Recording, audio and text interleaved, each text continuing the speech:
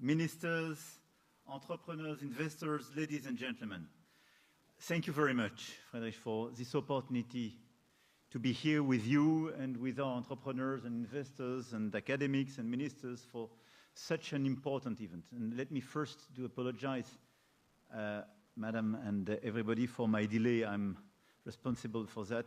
But I wanted to welcome in France Boualem Sansal, and I want to reiterate my greeting and my big thanks to the German diplomacy and to you and President Steinmeier for your incredible help. He's back. Thanks to you.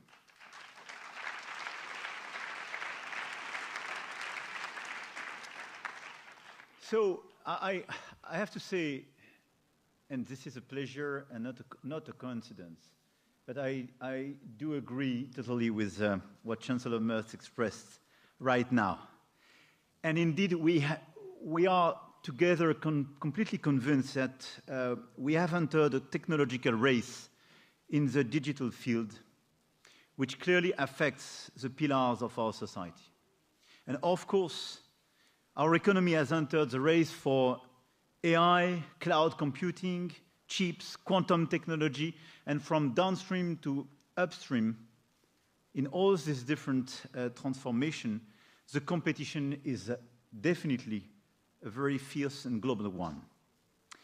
Talking about digital sovereignty is relevant to our competitiveness and our ability to innovate, but also to the health of our democracies, the efficiency of our public services, and to the protection of our citizens, particularly our children, and I will revert on that.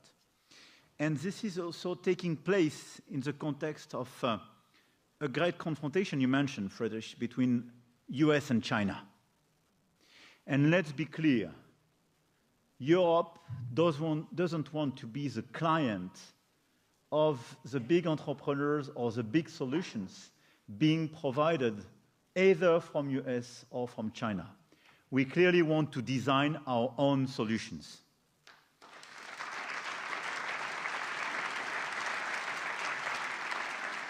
Not to say that we don't want to cooperate. Being more sovereign and more independent doesn't mean you want to be in autarcia. No. But it means on the key pillars, on the key building blocks, you want to preserve your sovereignty. And this is just a refusal of being a vassal. And indeed, there is a short-term cost not to be a vassal, because you have to reinvest. You have sometimes to take very bold decisions to be sure you will not create new dependencies or preserve existing dependencies. But I think it's very important for us. This transformation presents us with a twofold challenge. Innovate to remain competitive while protecting our data, our infrastructure, and more broadly, our sovereignty. And this is this agenda of innovation and protection, which is not protectionism, which is so important, where probably we prioritized during the past few years regulation of our domestic players. And this is what we have to change. We have to innovate before regulating, and we have to protect not to be overwhelmed by the non-European competitors. And this is the right approach, according to us, in order precisely to deliver this digital agenda. Germany and France are convinced that this challenge can only be met collectively at European level, in a spirit of unity and shared responsibility. And thank you once again for this summit, this invitation, and the opportunity to be together, to have our commissioner and so many ministers and the current presidency. Because if we let the Americans and the Chinese have all the champions, one thing is certain. We may have the best regulations in the world, but we won't be regulating anything. This is why our willingness is clearly to do everything we can to build European champions on the different key building blocks, key elements of our digital strategy, and to deploy an holistic approach, as you perfectly phrased it. I would like to take this opportunity to highlight some of our achievements first, before going to the top priorities of this summit. First of all, I want to remind all of us that we have very strong assets. And having framed the discussion by insisting on this fierce competition with China and US, I really believe that till now we underestimated what we can do together as Europeans. First, we have a 450 million consumers market, and this is a huge asset. And this domestic market is not to be underestimated. Only the European market can provide both the scale and the core values that can allow our tech companies to thrive and export their products on international markets. This is why the single market agenda is so important. Second, we are attractive, and it was shown at the Summit for Action on AI in February in Paris, clearly illustrated by the commitments and the announcement of this summit today in Berlin. And clearly, we have a momentum precisely to attract more and more investments. It was Billion mentioned here. Our two countries are attracting a lot of investment coming from the rest of the world to build more data centers and solutions. And we have clearly a lot of assets. We have talents in Europe. We have this domestic market. We have energy. And we can deploy as well critical solutions. So I want to insist on the fact that we are an attractive place, and we have a lot of assets that we can provide. Third, we have a very strong Franco-German convergence. This summit on European digital sovereignty is a concrete result of the agenda that we set during the Franco-German Council of Ministers co-chaired in Toulon during the end of August this year, and which allowed the adoption of 8 roadmaps in the key critical sectors necessary to our competitiveness and around 30 flagship initiatives. This summit is a new demonstration of a Franco-German reflex that plays out all levels, as shown by the number of companies and stakeholders present today. Fourth, we have also managed to develop remarkable tools at the European level. And this is an asset.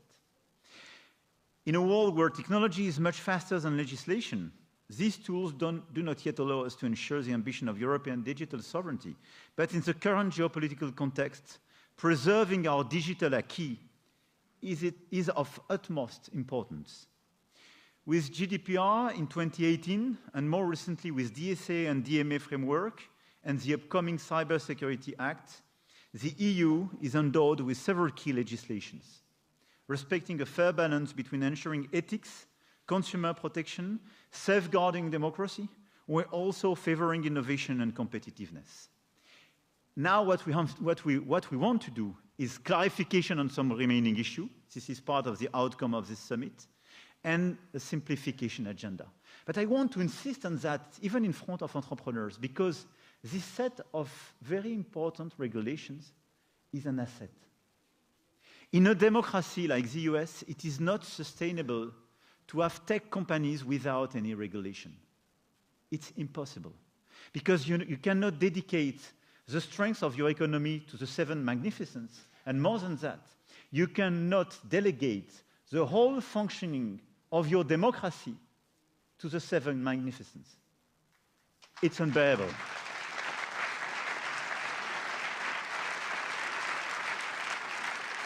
So we do believe in innovation, we do believe in sovereignty, we do believe in these digital innovations, but in our societies with our values. And this is a fact that we all live in democracies, and this is a chance. And we are neither dictatorship or autocracies, nor a democracy with a strange collective choice, which is indeed to renounce to any capacity to regulate, because we know the result of that. Some monopolies, the dysfunctioning of the market, and at the end of the day, the killing of potential innovation, and more than that, the dysfunctioning of democracies. The fifth point on our European assets is that we have tech leaders, and from startups to well-established companies that are ready to make this message their own. By bringing together a wide range of private Franco-German and European initiatives, this summit has shown that we are aligned with the digital sector.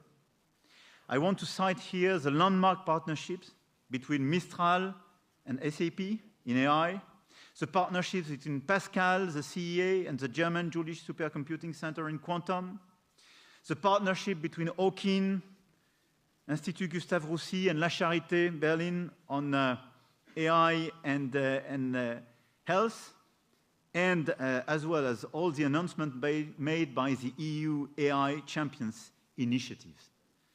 And this is the best evidence of the fact that we do have a lot of champions and a lot of energy in this room and a lot of common projects. These 5 points are here to say that we have everything if we want to deliver the agenda of more sovereignty in the digital field.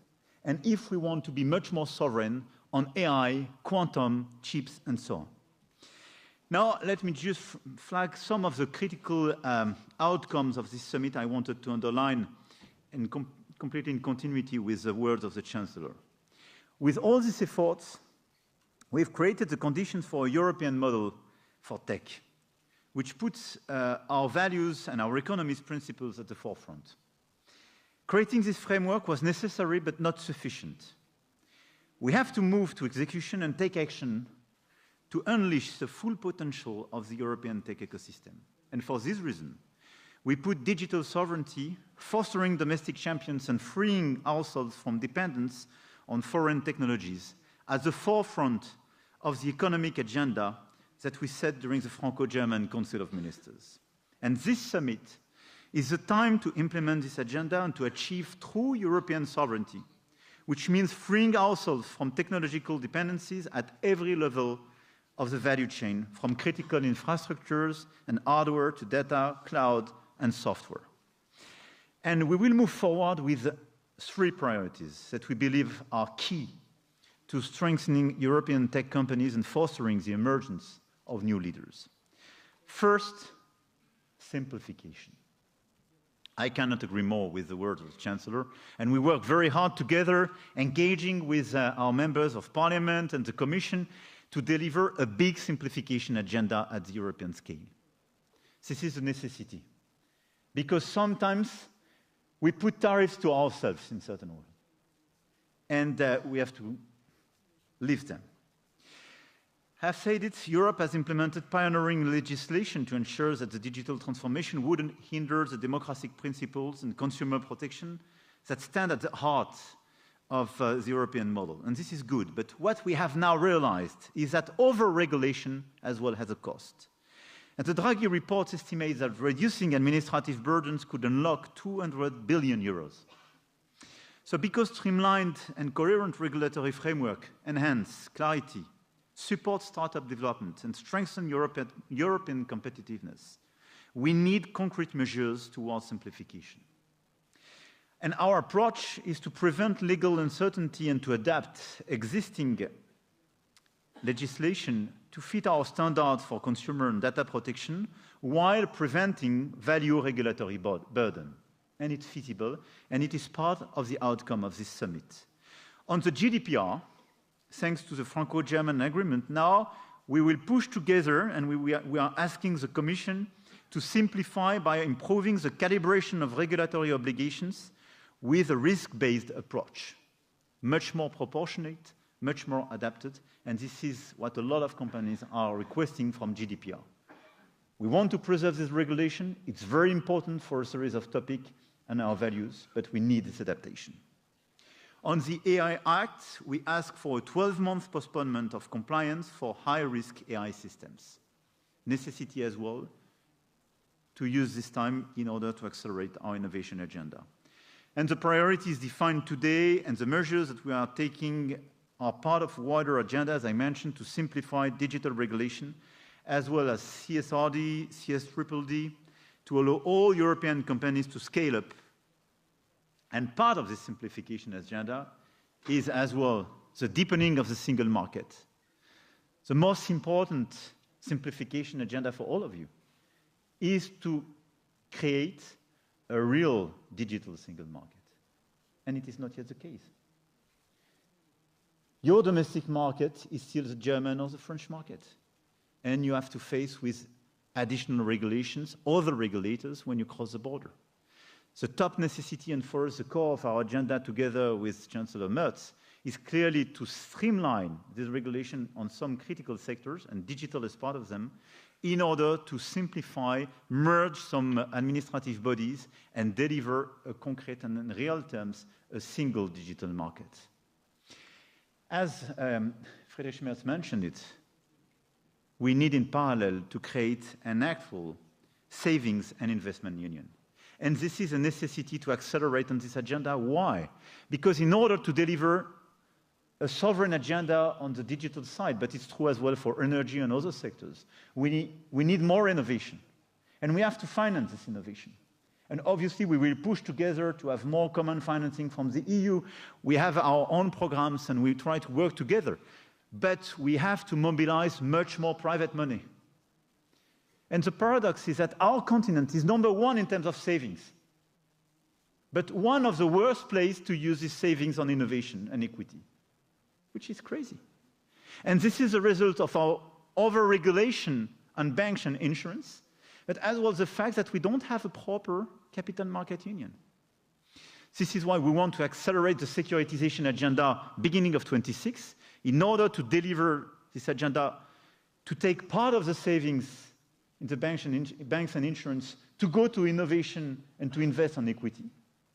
And in parallel to accelerate the implementation of the capital market union to have a proper integrated place and channel much more of the savings on innovation.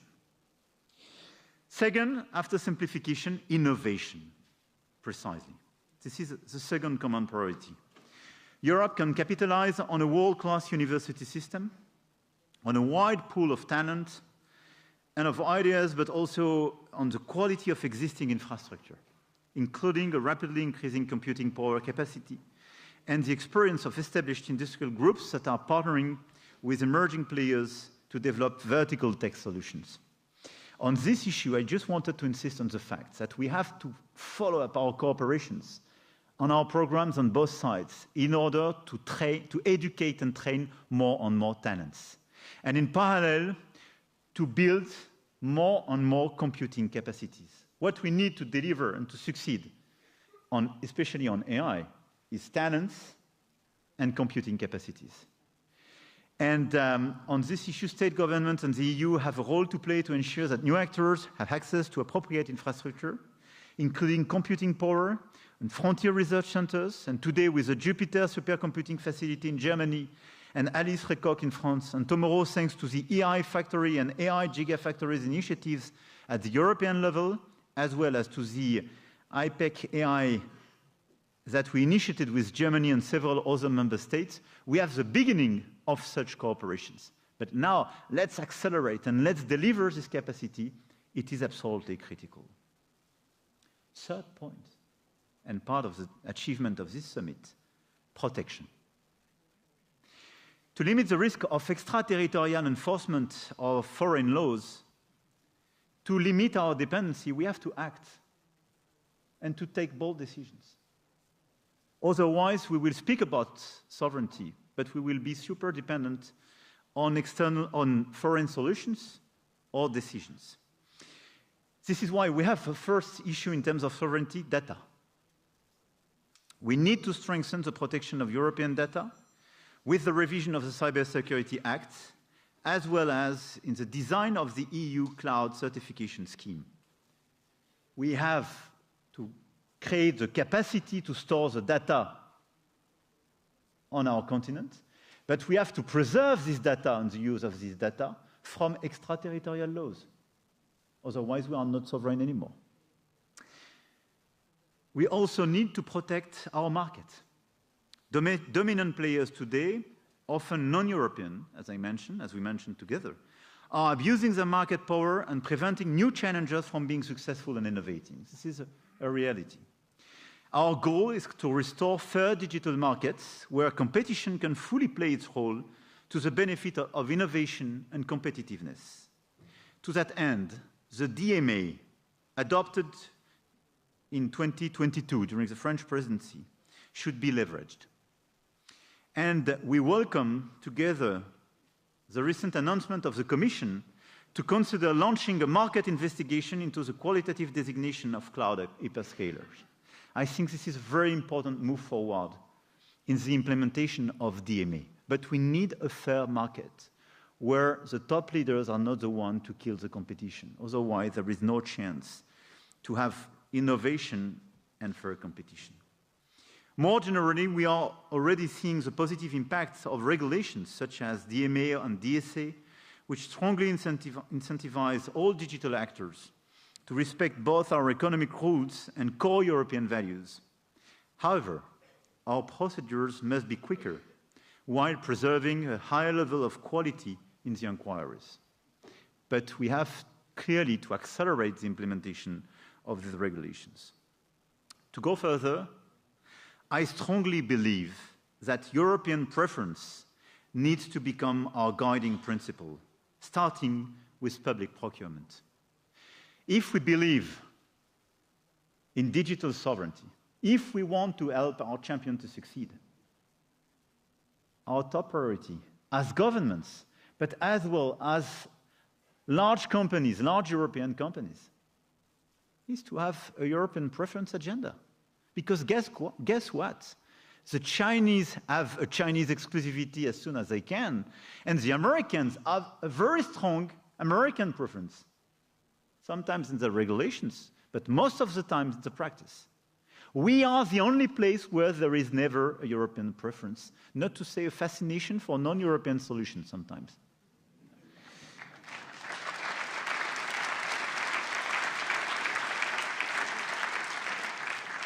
And this is why the collaborative work that France and Germany are launching to define the notion of European digital services will be key to the concrete implementation of European preference. We launched a working group together to say, okay, what does it mean, having a European digital service? We will fix it rapidly, work with the Commission and our colleagues, but this is a necessity. We have to put it in our regulation to create this preference. And I mentioned this partnership between SAP and Mistral, but the letter of intent that our two governments signed today with SAP and Mistral is for me a game changer. It will be the preference for an existing European solution which will be used for public administration in our two countries. This is a game changer and for me the role model of what we need. And I do encourage all the large companies, all the local authorities and the governments present in this room just to look at the competitive map each time you want to take a digital solution. Is there a competitive and high-quality European solution? If it exists, take it. Please, take it. Adopt it. Because this is your unique chance to be sure that you will secure your provider with European regulation, that you will prevent yourself from some extraterritorial laws or decisions today or tomorrow. And it will be the best way to help this ecosystem to be competitive.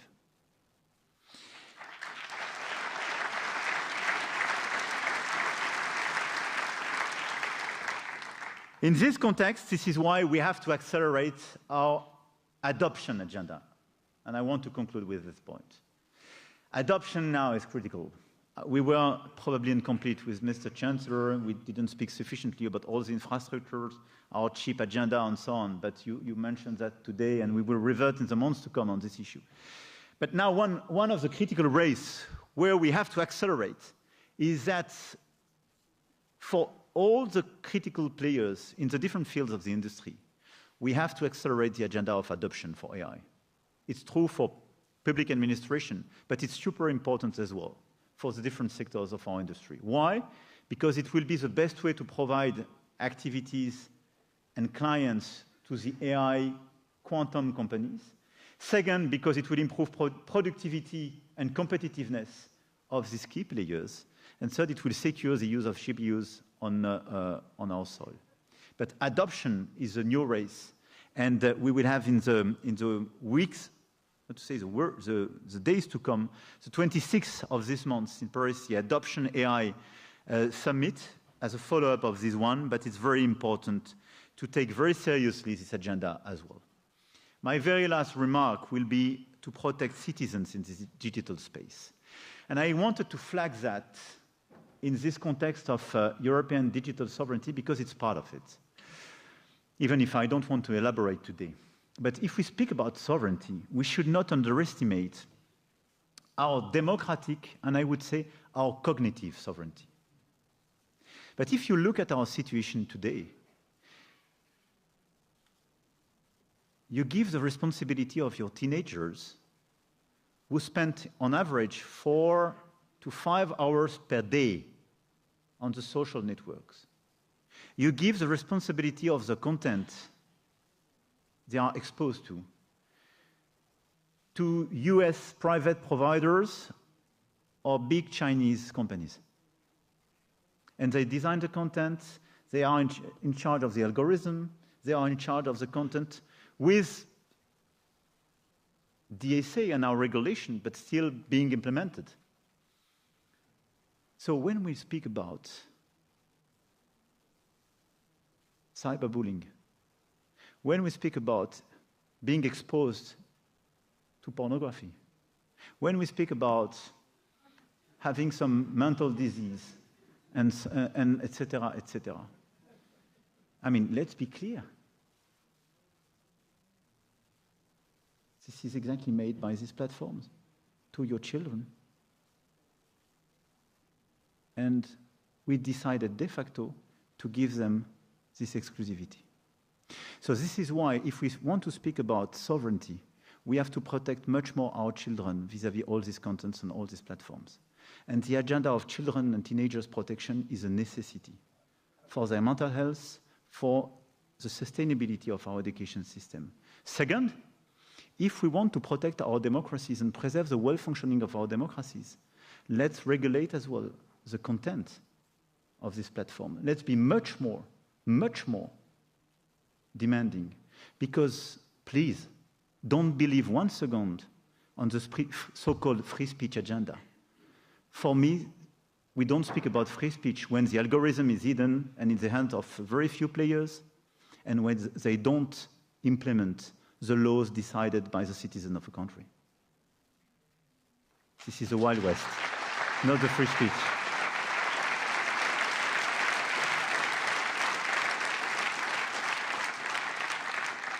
So let's be clear. If we want as well digital sovereignty, we will have to better protect our children, our teenagers, and our democratic space. I will stop here. I want to thank all of you. I want to thank you, Mr. Chancellor and ministers, for this unique opportunity. But as you can see, we have a lot of assets to succeed as Europeans and to cooperate with others, but cooperating as a prerequisite, not being dependent.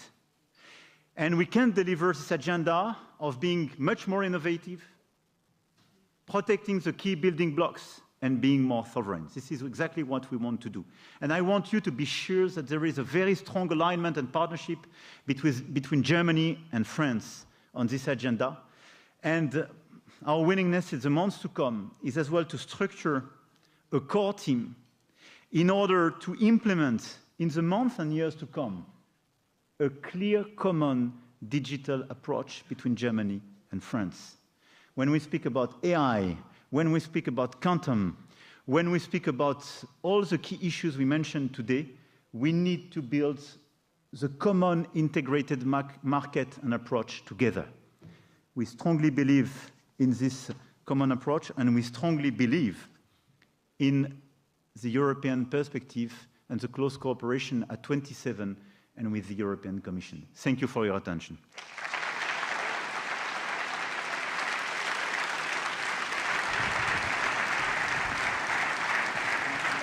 Merci beaucoup, Monsieur le Président. Merci, Monsieur le Président. Merci. Merci. Thank you very much. Vielen Dank, Herr Bundeskanzler. Thanks to everyone. And yeah, thank you to all the numerous guests here in the room as well, from your part, as you are starting right off the work right now, right? Yeah. And I think the first. I think the first ones already leave and leave for you because you are going to cooperate right now. Thank you so much. Yes, thank you very much. Merci beaucoup. And I ask. Thank you. Vielen Dank. Merci. Au revoir. And I ask everyone to stay seated, please, just for a few seconds and a few